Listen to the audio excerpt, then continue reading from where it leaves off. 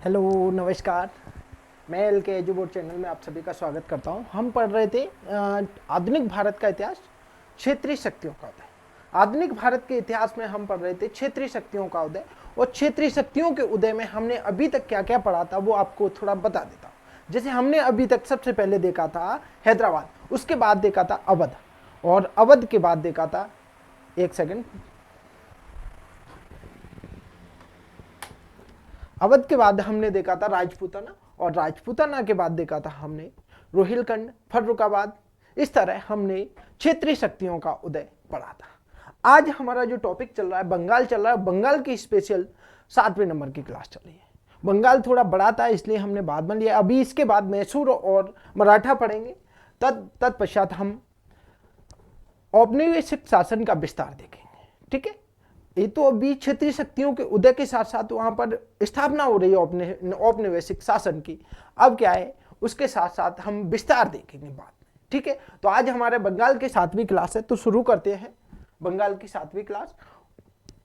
हमने अभी तक पढ़ा था बंगाल में क्षेत्रीय शक्ति के रूप में स्थापना हो चुकी बंगाल की, और पहला वहां का जो नवाब बना था मुर्शिद कुली खां था, उसने स्वतंत्र राज्य की स्थापना की थी, स्वतंत्र बंगाल की। ठीक है, उसके बाद वहां पर सुजाउद्दीन मोहम्मद खां बनता है, और जो कि 1727 से 39 तक बनता है। हालांकि मुर्शिद कुली खां ने वहां का शासक अपना उत्तराधिकारी सरफराज खां को नियुक्त किया था, लेकिन सरफराज खां के पिता सुजाउद्दीन मोहम्मद खां ने उसे अपदस्थ कर, अपने पुत्र को अपदस्थ कर स्वयं गद्दी पर बैठ गया, अगला नवाब बन गया था।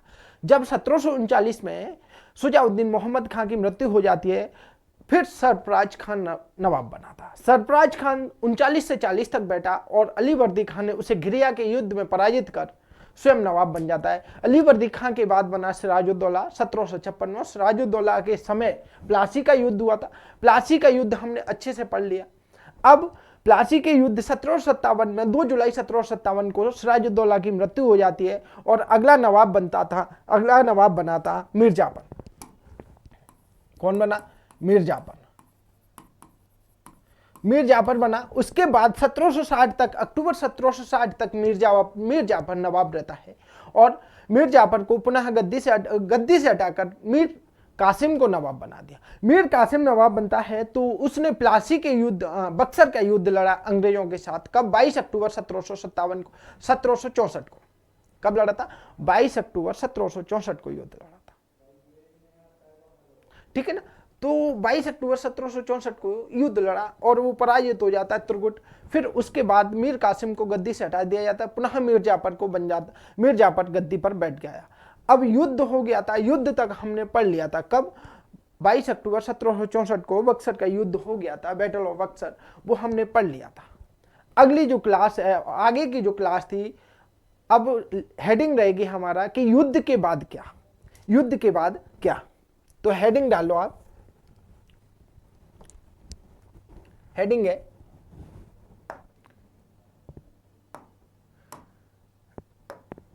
युद्ध के बाद क्या।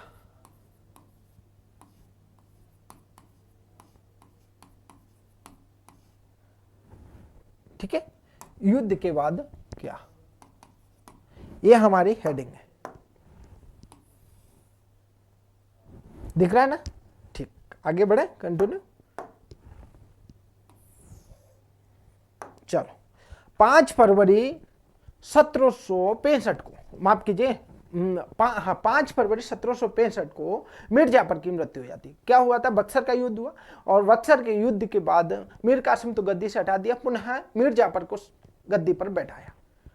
ठीक है, तो मीर जाफर गद्दी पर बैठता है। 5 फरवरी 1765 को मीर जाफर की मृत्यु हो जाती है। तो लिखिए,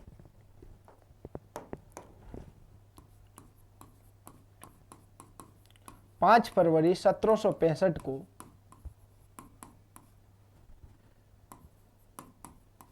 मीर जाफर की मृत्यु हो गई।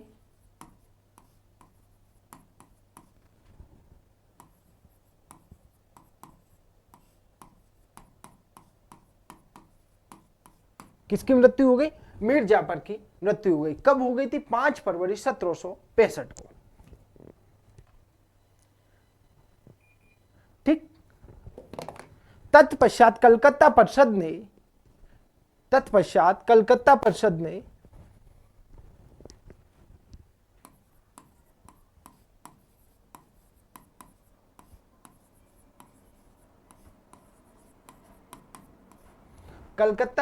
ने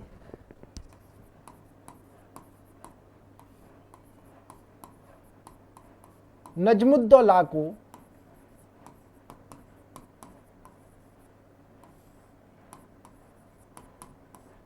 बंगाल का नवाब बनाया।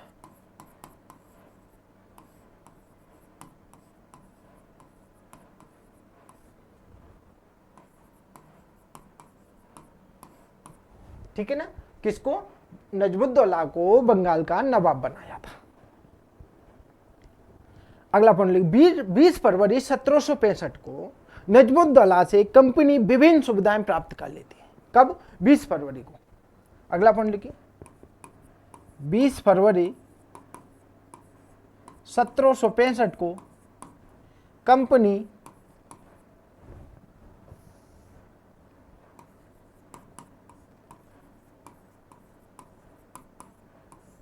नजमुद्दौला से, नजमुद्दौला कौन था? मीर जाफर का पुत्र था। नजमुद्दौला कौन था? मीर जाफर का पुत्र था। नजमुद्दौला से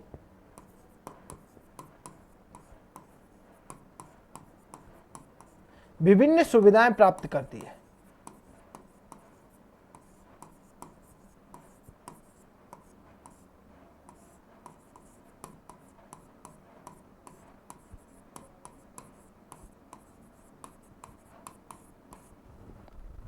जैसे, ठीक है,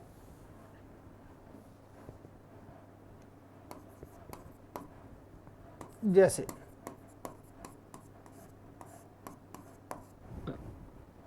ठीक है, चलो लिखिए कैसे, क्या क्या? बंगाल नवाब की सेना भंग कर दी गई थी।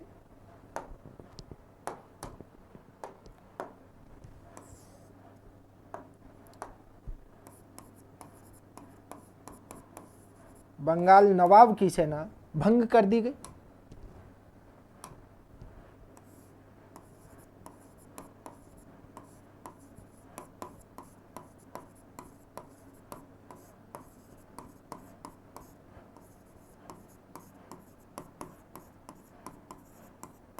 ठीक है ना, बंगाल नवाब की सेनाएं भंग कर दी गई। अगला पॉइंट, नवाब से बंगाल, बिहार, उड़ीसा की निजामत शक्तियां प्राप्त कर ली। नवाब से, नवाब कौन था? नजमुद्दौला। नवाब से बंगाल, बिहार तथा उड़ीसा की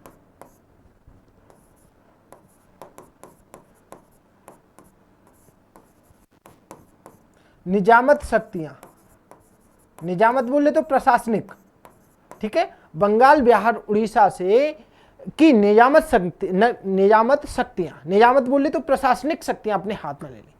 निजामत शक्तियां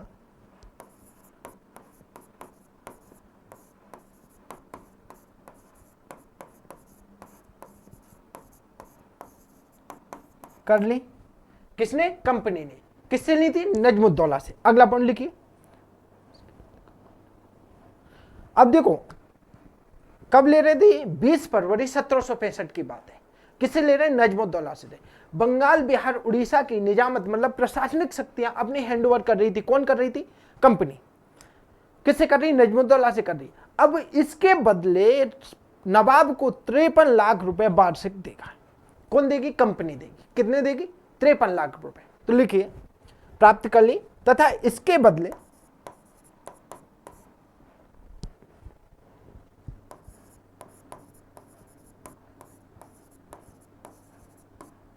बदले कंपनी नवाब को 53 लाख रुपए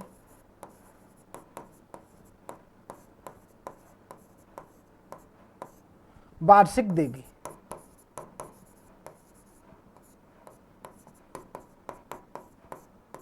कितनी देगी? 53 लाख रुपए वार्षिक देगी। कौन देगी? कंपनी देगी। ठीक है बंधु, आगे बढ़े। ठीक है, शासन संचालन हेतु नाजिम और नायब सूबेदार, मतलब नाजिम नायब सूबेदार पद होता था, पद का सृजन किया था।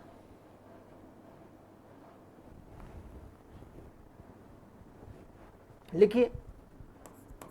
अब देखो प्रशासनिक शक्ति मिली है किसको? कंपनी को। तो कंपनी स्वयं तो जाएगी नहीं, कोई ना कोई पद का सृजन करके वहां बैठा जाएगी। तो नाजिम नायब सूबेदार नामक पद का सृजन किया था। लिखिए, शासन संचालन हेतु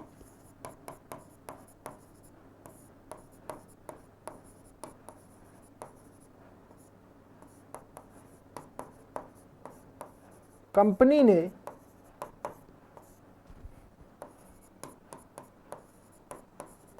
नाजिम, कोष्ठक में लिखना नायब सूबेदार,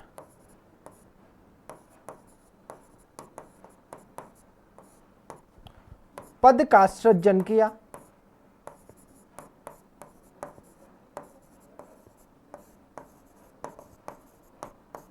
ठीक है ना? किसका? नाजिम, कोष्ठक में लिखना नायब सूबेदार पद का सृजन किया, जिस पर बंगाल में मोहम्मद रजा खां को, जिस पर बंगाल में मोहम्मद रजा खां को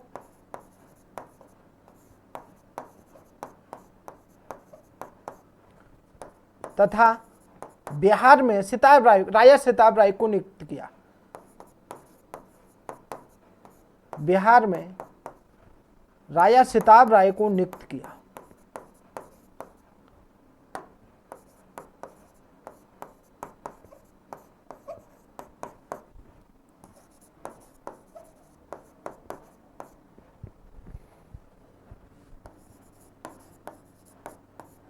ठीक है ना?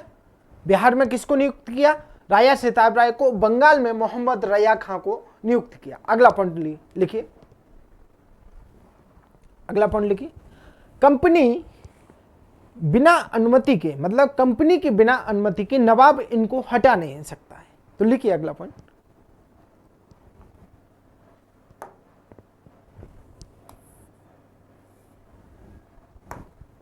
कंपनी की बिना अनुमति के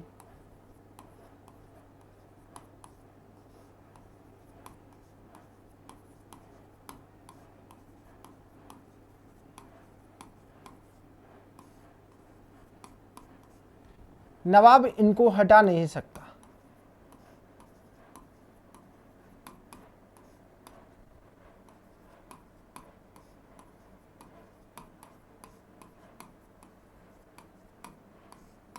ठीक है ना? कंपनी के बिना अनुमति के नवाब इनको हटा नहीं सकता। अगला पॉइंट लिखिए।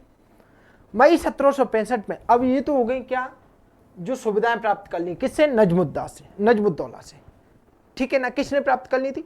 नवाब ने, वो माफ कीजिए कंपनी ने। अब क्या होता है, मई 1765 में क्लाइव दूसरी बार बंगाल का गवर्नर जनरल बन गया था। कौन कौन? अभी कौन? बेंसीडार्ट था। इससे देखो, पहले बंगाल का गवर्नर जनरल पहला कौन बना था? Robert Clive. इसके बाद कौन बना था? याद करो, हॉलवेल, जिसने कार्यभार संभाला था, ना कि पूर्ण रूप से न बंगाल का गवर्नर बना था। हॉलवेल ने बंगाल का गवर्नर का कार्यभार संभाला जब तक बेंसीडार्ट नहीं आया था। अर्थात बंगाल का पहला गवर्नर था रॉबर्ट क्लाइव, उसके बाद कौन बना? बेंसीडार्ट। और बेंसीडार्ट और रॉबर्ट क्लाइव के बीच में जब तक वो पद खाली था तो कार्यभार किसने संभाला था? हॉलवेल ने संभाला। बेंसीडार्ट के बाद पुनः मई 1765 में रॉबर्ट क्लाइव बंगाल का गवर्नर जनरल बन गया था। तो लिखिए,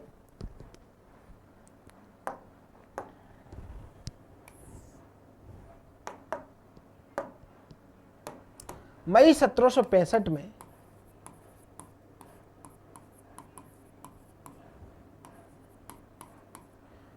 क्लाइव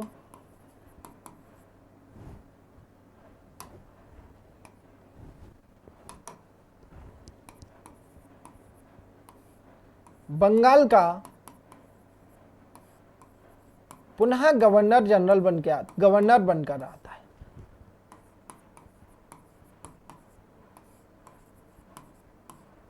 गवर्नर बनकर आता है।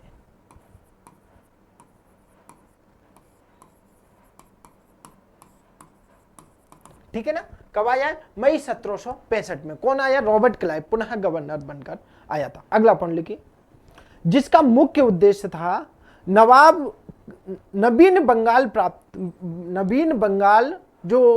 बंगाल राज्य प्राप्त हुआ था, उसमें प्रशासनिक और आर्थिक व्यवस्था संचालित करना था। ठीक है? तो लिखिए, जिसका मुख्य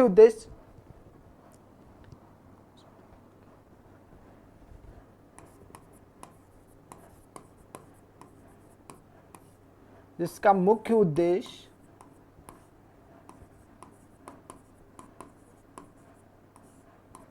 नवीन प्राप्त राज्य बंगाल में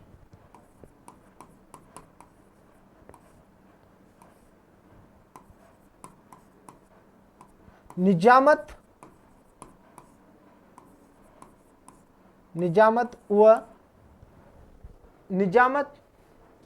के संचालन की व्यवस्था निजामत के संचालन की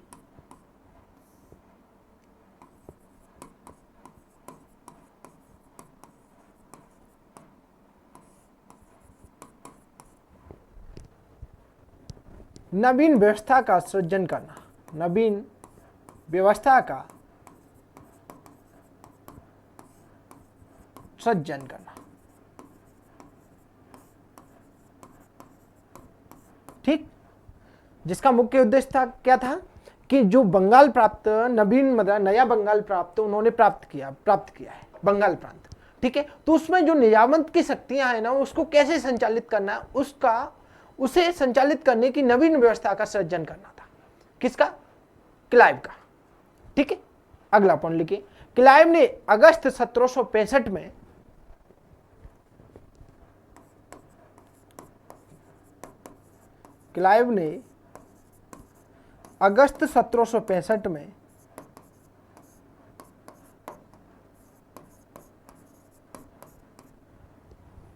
शुजाउद्दीन और शाह आलम द्वितीय मतलब अवध और मुगल बादशाह से संधि की थी। कौन सी संधि की? इलाहाबाद की संधि की। तो लिखिए, क्लाइव ने अगस्त 1765 में अवध और मुगल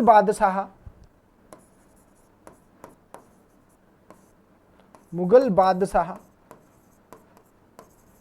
से इलाहाबाद की संधि की।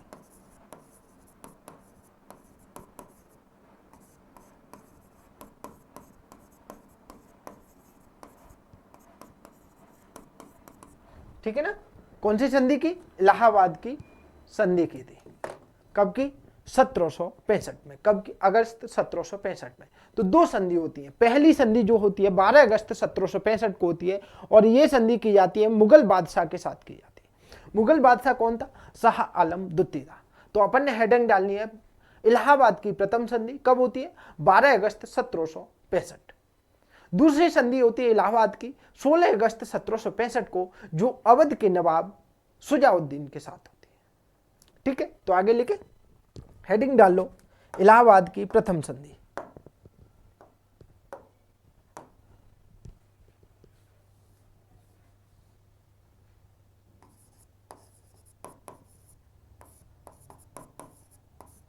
इलाहाबाद की प्रथम संधि। डेट क्या है? 12 अगस्त 1765। कब होती है? 12 अगस्त 1765। किस किस के मध्य हुई थी? कंपनी और मुगल बादशाह शाह आलम द्वितीय के मध्य हुई था। लिखते हैं अपन इसको। यह संधि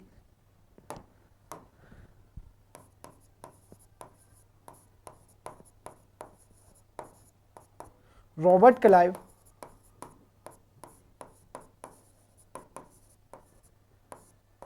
और मुगल बादशाह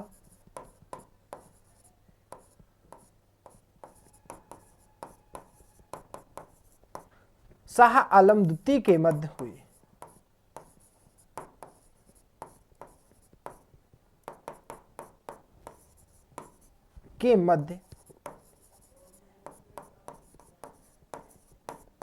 यह संधि रॉबर्ट क्लाइव और मुगल बादशाह शाह आलम द्वितीय के मध्य हुई थी। ठीक है, पहला पॉइंट तो अपन ने यही लिखना है। दूसरा पॉइंट लिखिए, और किसकी मध्यस्थता में हुई थी? नजमुद्दौला की मध्यस्थता में हुई थी। ठीक है, नजमुद्दौला कौन था? बंगाल का नवाब था और मिर्जापुर का पुत्र था। बंगाल का नवाब था, मिर्जापुर का पुत्र था। तो अगला पॉइंट लिखिए, मुगल बादशाह से बंगाल प्रांत, बंगाल, बिहार, उड़ीसा की दीवानी शक्तियां कंपनी ने प्राप्त की।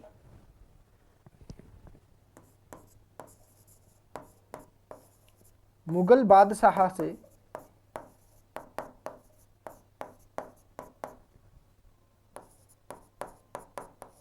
बंगाल, बिहार और उड़ीसा की दीवानी शक्तियां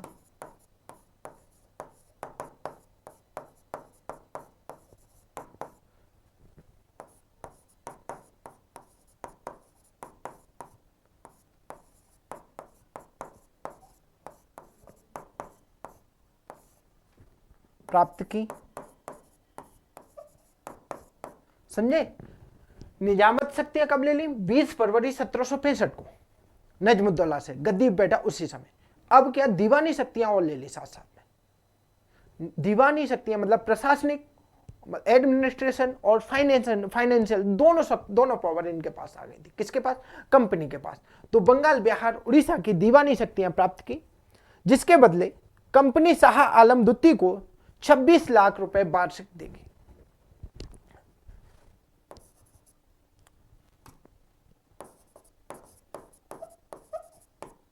जिसके बदले कंपनी मुगल बादशाह को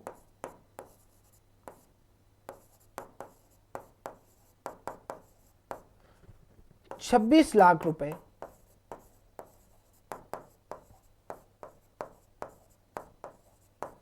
वार्षिक देगी।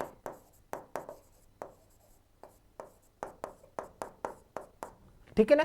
इसके बदले कंपनी मुगल बादशाह को कितना देगी? 26 लाख रुपए वार्षिक देगी। आगे बढ़े, अवध के नवाब से कड़ा और इलाहाबाद छीनकर, अगला पॉइंट है, अवध के नवाब से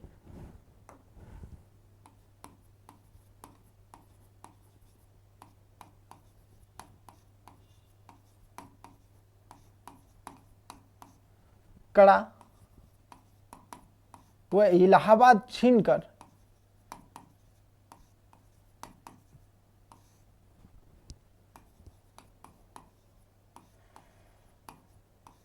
मुगल बादशाह को दे दिया।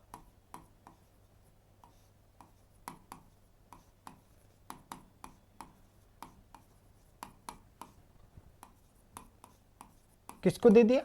मुगल बादशाह को दे दिया था। अवध के नवाब से कड़ा और इलाहाबाद छीनकर किसके लिए दे दिया था? मुगल बादशाह के लिए दे दिया था। आगे लिखे,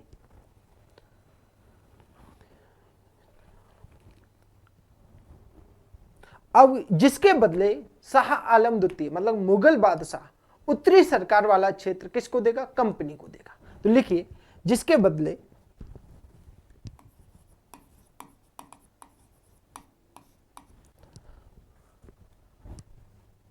बदले मुगल बादशाह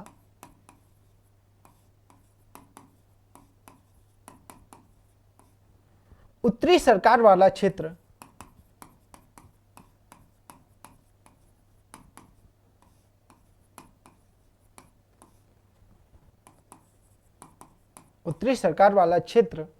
कंपनी को देगा।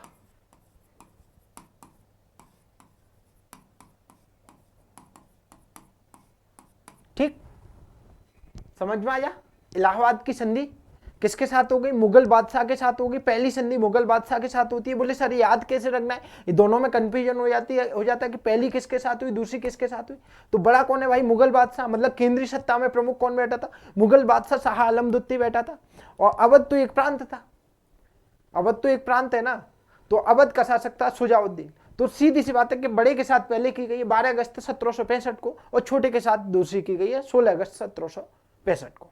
ठीक है, तो ये हो गई अवध के मतलब मुगल बादशाह के साथ संधि। दूसरी हेडिंग डाल लो, इलाहाबाद की दूसरी संधि।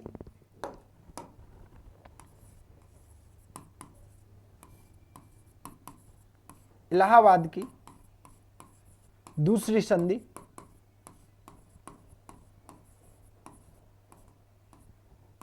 कब होती है? 16 अगस्त 1765। इलाहाबाद की दूसरी संधि कब होती है? 16 अगस्त 1765।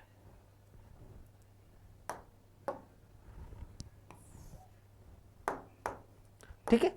अब यह संधि किसके साथ हुई है? इलाहाबाद की दूसरी संधि अवध के साथ हुई है। अवध का नवाब कौन था? शुजाउद्दीन था। तो लिखिए यह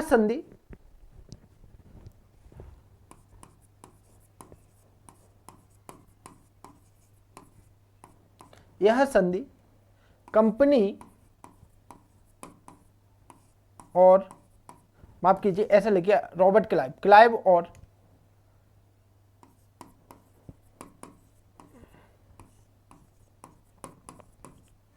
अवध नवाब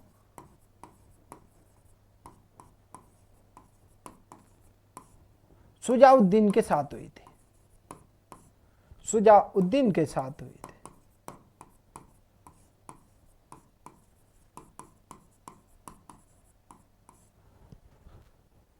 के मध्य हुई, ऐसा लिखिए ना, अवध नवाब और क्लाइव और अवध नवाब शुजाउद्दीन के मध्य हुई।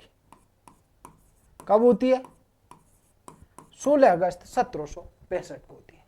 कब होती है? 16 अगस्त 1765 को होती है। अगला पॉइंट लिखिए, यह संधि अवध के साथ की गई, मतलब अवध के साथ तो की गई है ना, सीधी सी बात है, शुजाउद्दीन के साथ की गई।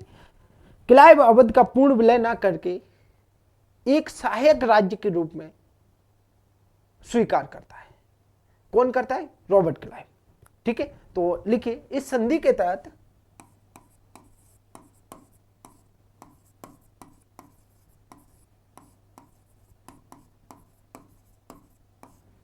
क्लाइव अवध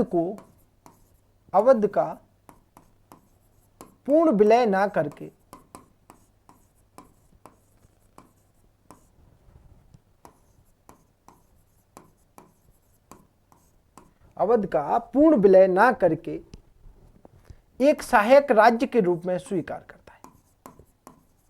एक सहायक राज्य के रूप में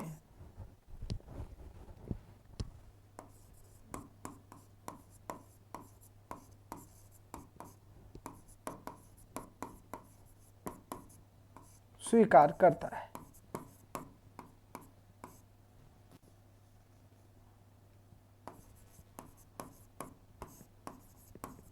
ठीक है ना, किसके रूप में स्वीकार करता है? सहायक राज्य के रूप में स्वीकार करता है। कौन करती? कंपनी। किसको? अवध को। अगला पॉइंट लिखिए, संधि के प्रावधान। अवध में ब्रिटिश सेना रखी जाएगी। अवध में ब्रिटिश सेना रखी जाएगी।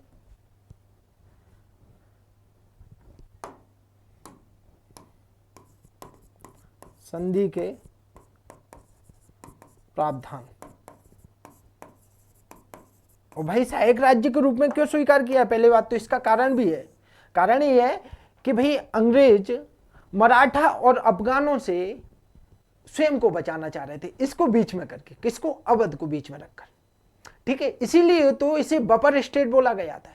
इसीलिए तो अवध को क्या बोला गया? बफर स्टेट बोला गया था, क्योंकि मराठा और अफगानों से स्वयं की रक्षा करना चाह रहे थे। स्वयं आगे चल के उन्हें पता है कि मराठाओं से उनका युद्ध होना है, अफगानों से होना है, सबसे होना है, लेकिन फिलहाल कंपनी ने अवध को इसीलिए सहायक राज्य के रूप में रखा था, बफर स्टेट के रूप में। ठीक है,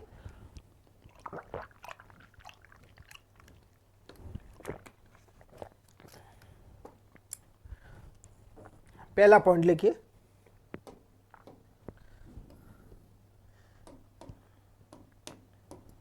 अवध में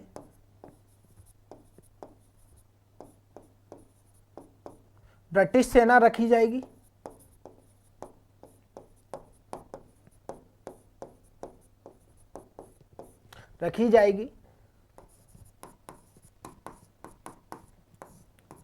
जिसका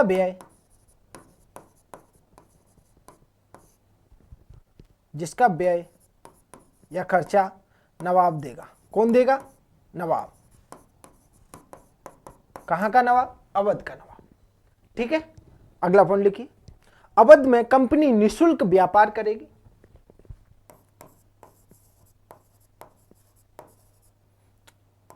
अवध में कंपनी निःशुल्क व्यापार करेगी।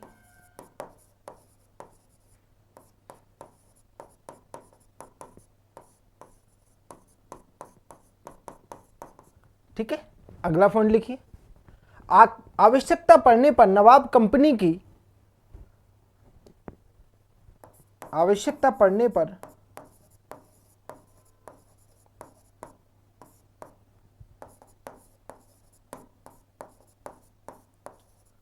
नवाब कंपनी को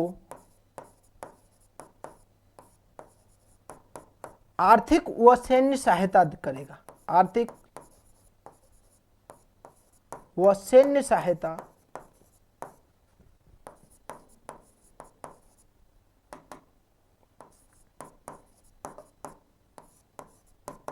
देगा। कौन देगा? नवाब। नवाब कौन सा नवाब? अवध का नवाब। अवध का नवाब कौन था? शुजाउद्दीन था। अगला पॉइंट लिखिए। कंपनी के शस्त्रों को अवध में शरण नहीं दी जाएगी। कंपनी के शस्त्रों को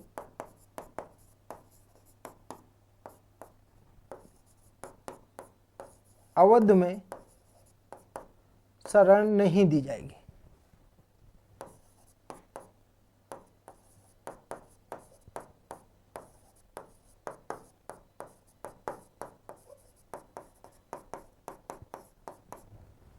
ठीक है ना, कंपनी के शस्त्रों को अवध में शरण नहीं दी जाएगी। चुनार अंग्रेजों का आधिपत्य होगा। मतलब जो चुनार क्षेत्र है, कड़ा और इलाहाबाद तो दे दिया किसको? मुगल बादशाह को, जो 12 अगस्त को संधि हुई उसमें। चुनार वाला क्षेत्र है उस पर किसका अधिकार होगा? अंग्रेजों का। तो लिखिए कंपनी का अधिकार होगा, ऐसा लिखिए।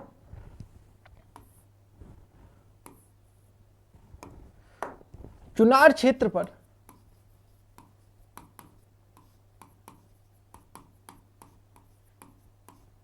कंपनी का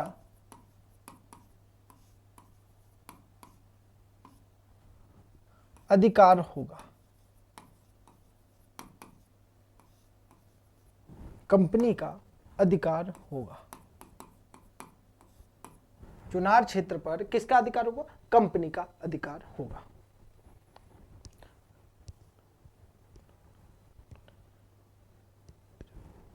अगला पॉइंट लिखिए। युद्ध क्षतिपूर्ति के रूप में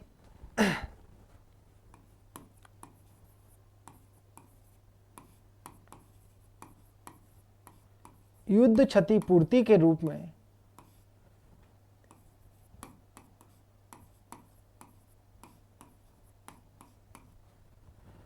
50 लाख रुपए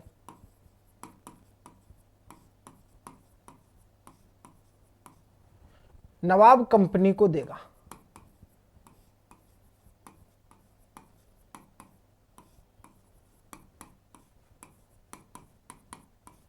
युद्ध क्षतिपूर्ति के रूप में 50 लाख रुपए नवाब किसको देगा?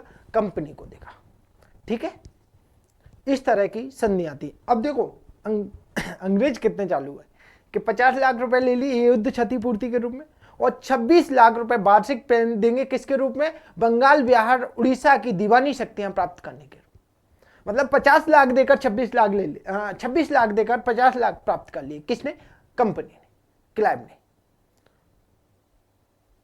समझ में आया? ठीक, चलो आगे लिखते हैं। उपरोक्त शर्तों के माध्यम से कंपनी ने अवध को उपरोक्त शर्तों के माध्यम से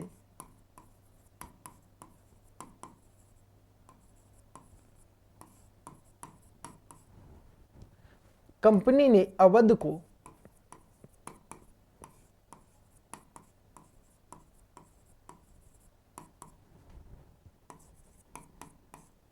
एक सहायक राज्य के रूप में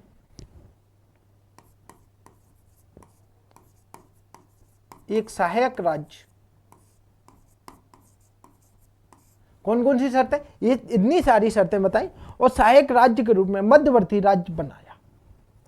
ठीक है, सहायक राज्य के रूप में मध्यवर्ती राज्य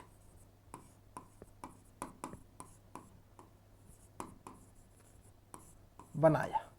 किसको? अवध को बनाया। किसने बनाया? कंपनी ने बना लिया था, ताकि अवध नवाब कंपनी की हर तरह से मदद कर सके। क्यों बनाया है? क्योंकि अवध नवाब कंपनी की प्रत्येक तरह से मदद कर सके। ठीक है।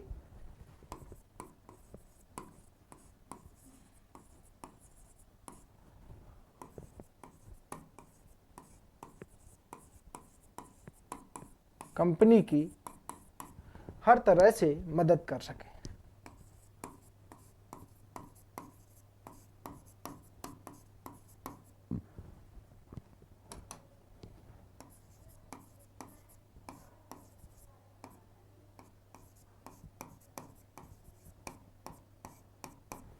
ठीक है, हेडिंग डाल लो, बक्सर के युद्ध का महत्व। देखो हमने क्या पढ़ लिया? बक्सर का युद्ध पढ़ लिया। बक्सर के युद्ध के बाद अवध नवाब और मुगल बादशाह दोनों ने बक्सर के युद्ध में त्रिकूट बना के भाग लिया। दोनों के साथ संधि कर ली इलाहाबाद की। इलाहाबाद की संधि हमने पढ़ ली। अब इसके बाद हमारे पास जो हेडिंग रहेगी, बक्सर के युद्ध का महत्व किसके लिए? कंपनी के लिए, क्योंकि वो बाकी इनके लिए तो कोई मतलब ही नहीं, ये तो घाटे में गए। तो हेडिंग डालो, बक्सर के युद्ध का महत्व।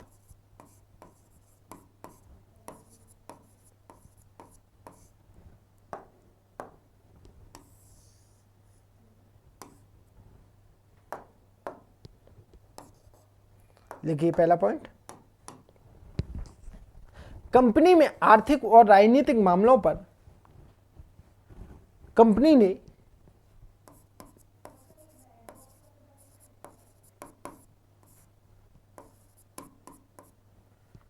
आर्थिक व राजनीतिक मामलों पर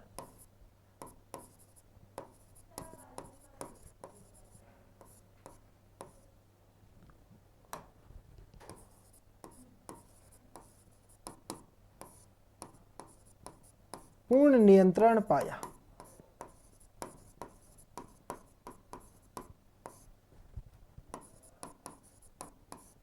ठीक है ना?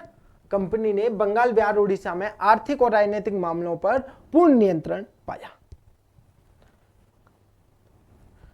अब क्या होता है? पूर्ण नियंत्रण पा लिया।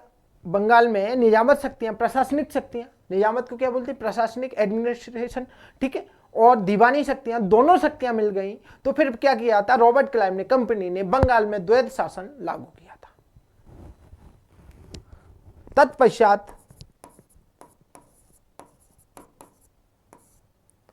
तत्पश्चात बंगाल में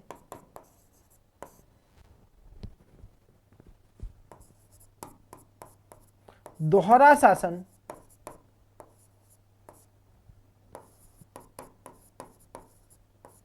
लागू किया। ठीक है, क्या किया? दोहरा शासन या द्वैध शासन लागू किया था। किसने किया? रॉबर्ट क्लाइव ने किया था। अगला पॉइंट लिखिए, सैन्य श्रेष्ठता से बक्सर के युद्ध में कंपनी की सैन्य श्रेष्ठता सिद्ध हुई थी। अर्थात सामरिक महत्व, अपन जो बोलते हैं कि सामरिक महत्व कंपनी का, प्लासी के युद्ध में अगर हम देखें कि कंपनी का सामरिक महत्व कितना कैसा था, तो शून्य था कंपनी का प्रशासनिक महत्व। क्यों शून्य था?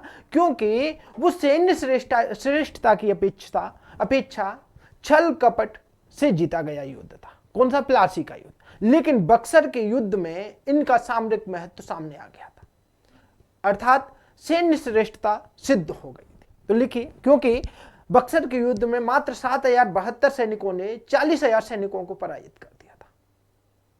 ठीक है ना? तो लिखिए, कंपनी की सैन्य श्रेष्ठता सिद्ध हुई।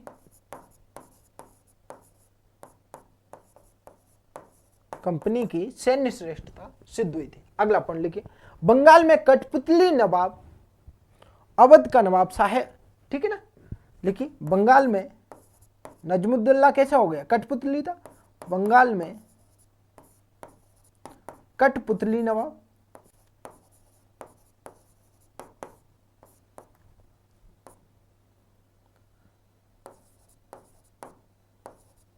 अवध में सहायक नवाब,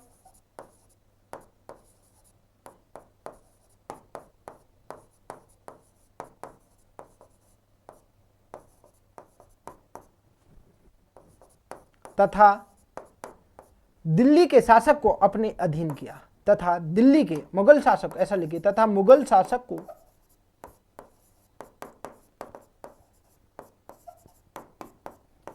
अपने अधीन किया।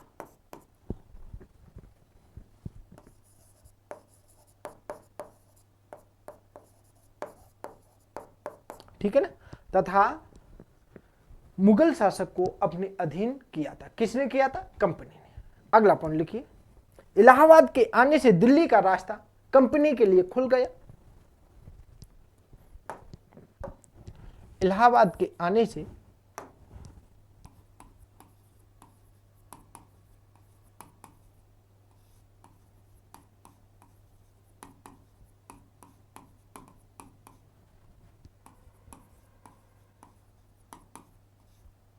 दिल्ली का रास्ता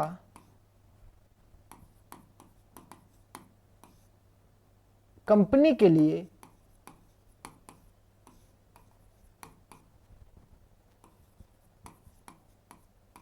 खुल गया।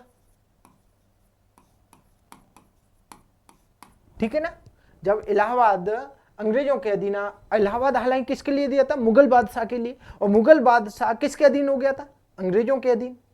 तो सिंपल सी बात है, इलाहाबाद के आने से दिल्ली का रास्ता खुल गया था। ठीक है, अब क्या होता है, जब दिल्ली का रास्ता खुल जाता है तो कंपनी उत्तर भारत की राजनीति में दखल देना शुरू कर देती है। ठीक है ना, तो लिखिए, खुल गया जिस कारण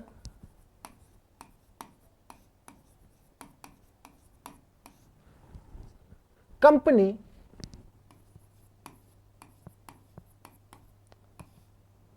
उत्तर भारत की राजनीति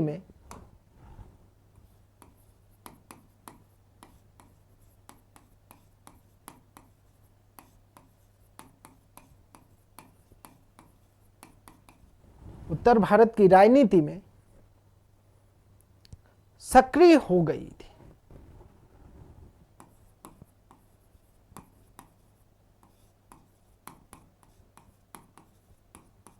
ठीक है ना, किसमें सक्रिय हो गई? उत्तर भारत की राजनीति में सक्रिय हो गई। अब देखो, इलाहाबाद की संधि हो गई 1765 में, नजमुद्दौला बन गया। अब इसके बाद कौन कौन नवाब बनते हैं? बंगाल के, क्योंकि बंगाल में कंपनी का प्रत्यक्ष नियंत्रण तो था नहीं। कंपनी का प्रत्यक्ष नियंत्रण आता है 1772 में, वॉरेन हेस्टिंग आता है। कब लाता है? Warren Hasting. ठीक है ना, द्वैत शासन कंप्लीट हो जाता है जब 1772 में द्वैत शासन को समाप्त करता है कौन? Warren Hastings. तब जाके कंपनी का बंगाल पर प्रत्यक्ष नियंत्रण होता है। तो बंगाल के नवाब बने थे इसके बाद। तो लिखिए, इलाहाबाद की संधि के बाद, हेडिंग है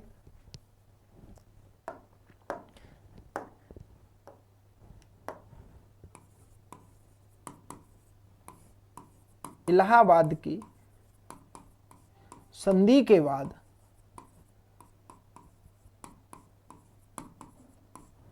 बंगाल के नवाब।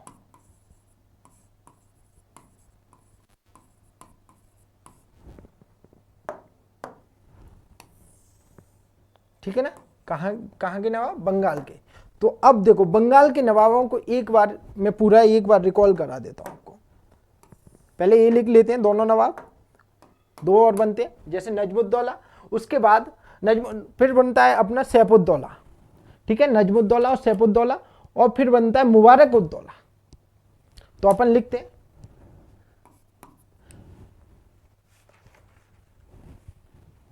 नजमुद्दौला,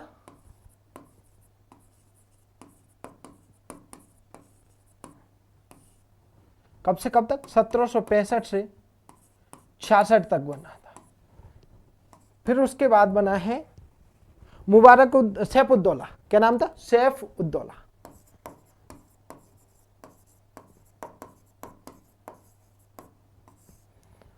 सत्रह सौ 66 से 1770 तक।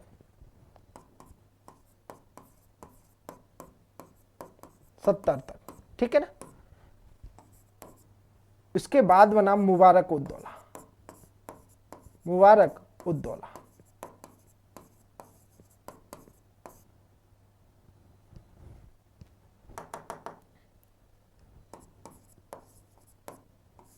कब से कब बना है? 1770 से 1775 तक।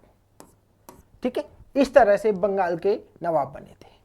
सैफुद्दौला जब बना था तो इसमें बंगाल, बिहार, उड़ीसा के पूर्ण रूप से कंपनी को दे दिए थे। जो बंगाल, बिहार, उड़ीसा न मिले ना, दीवानी शक्तियां मिल गई थी, निजामत शक्तियां मिल गई, अब पूर्ण रूप से ही कंपनी को दे दिया था। किसने? सैफुद्दौला ने। ठीक है, और कंपनी जो वार्षिक 53 लाख देती थी उसको घटाकर कितना कर दिया था? 12 लाख कर दिया। तो इस 2 पॉइंट अपन इसके लिख लेते हैं।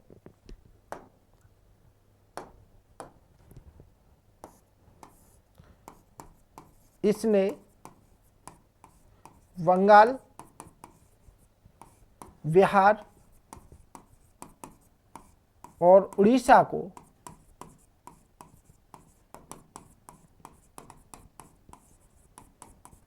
पूर्ण रूप से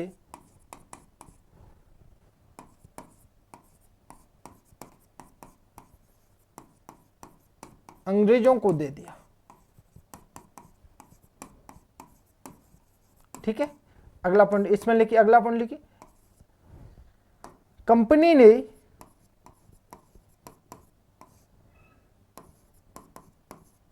₹53 लाख वार्षिक को घटाकर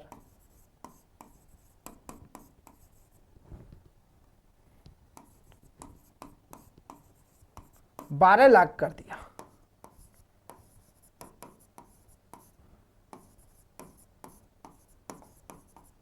ठीक है ना, कितना कर दिया? 12 लाख कर दिया था। किसके शासनकाल में? सैफुद्दौला का शासनकाल में। अब क्या होता है? अब अगला जो शासक, सबसे लास्ट वाला शासक था मुबारक उद्दौला। मुबारक उद्दौला के शासनकाल में 12 लाख से घटाकर 10 लाख कर देती है कंपनी। ठीक है, 1775 में वॉरेन हेस्टिंग ने नवाब पद समाप्त कर दिया। तो लिख लीजिए इसमें भी, इसको भी अपन लिख ही लेते हैं।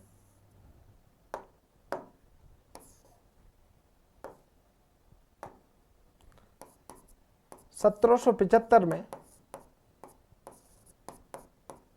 वॉरेन हेस्टिंग ने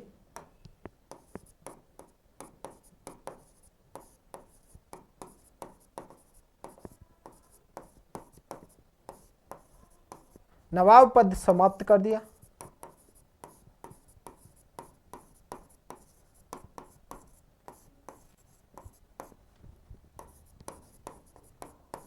ठीक है ना, नवाब पद समाप्त कर दिया। अगला पॉइंट लिखिए, इसने 12 लाख राशि को घटाकर, ऐसा नहीं, इसने नहीं, इसके शासनकाल में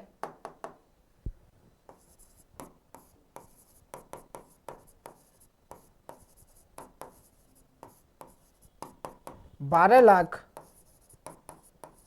राशि को घटाकर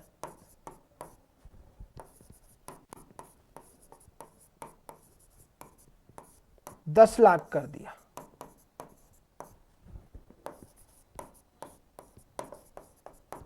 कितना कर दिया?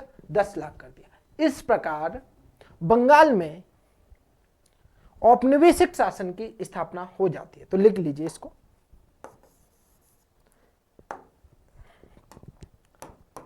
इस प्रकार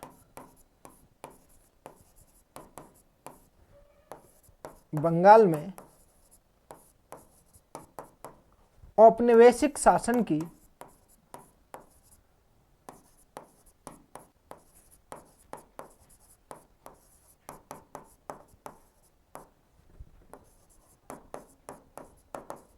स्थापना हुई। ठीक है ना, इस प्रकार बंगाल में औपनिवेशिक शासन की स्थापना हुई। ठीक है, तो हमने बंगाल में औपनिवेशिक शासन की स्थापना कर लिया, अर्थात एक क्षेत्रीय शक्ति के रूप में बंगाल था, उसे हमने पढ़ लिया और बंगाल में औपनिवेशिक शासन की स्थापना कर ली है। अब आगे का टॉपिक जो रहेगा हमारा मैसूर रहेगा, और मैसूर को करेंगे अपन कल। हालांकि इसमें बंगाल में द्वैत शासन, और फिर द्वैत शासन के बाद कुछ गवर्नर जनरल है इंपॉर्टेंट उन्हें पढ़ेंगे, उसी में हमारी सहायक संधि वगैरह, हड़प नीति वगैरह सब आ जाएंगी, तो हम उसे बाद में शुरू करेंगे। पहले मैसूर और उसके बाद हमारे पास एक और टॉपिक बच रहा है, मैसूर के बाद मराठा, उन्हें हम कंप्लीट करेंगे। तो मिलते हैं कल। जय हिंद, जय भारत। लाइक शेयर सब्सक्राइब करना ना भूलें।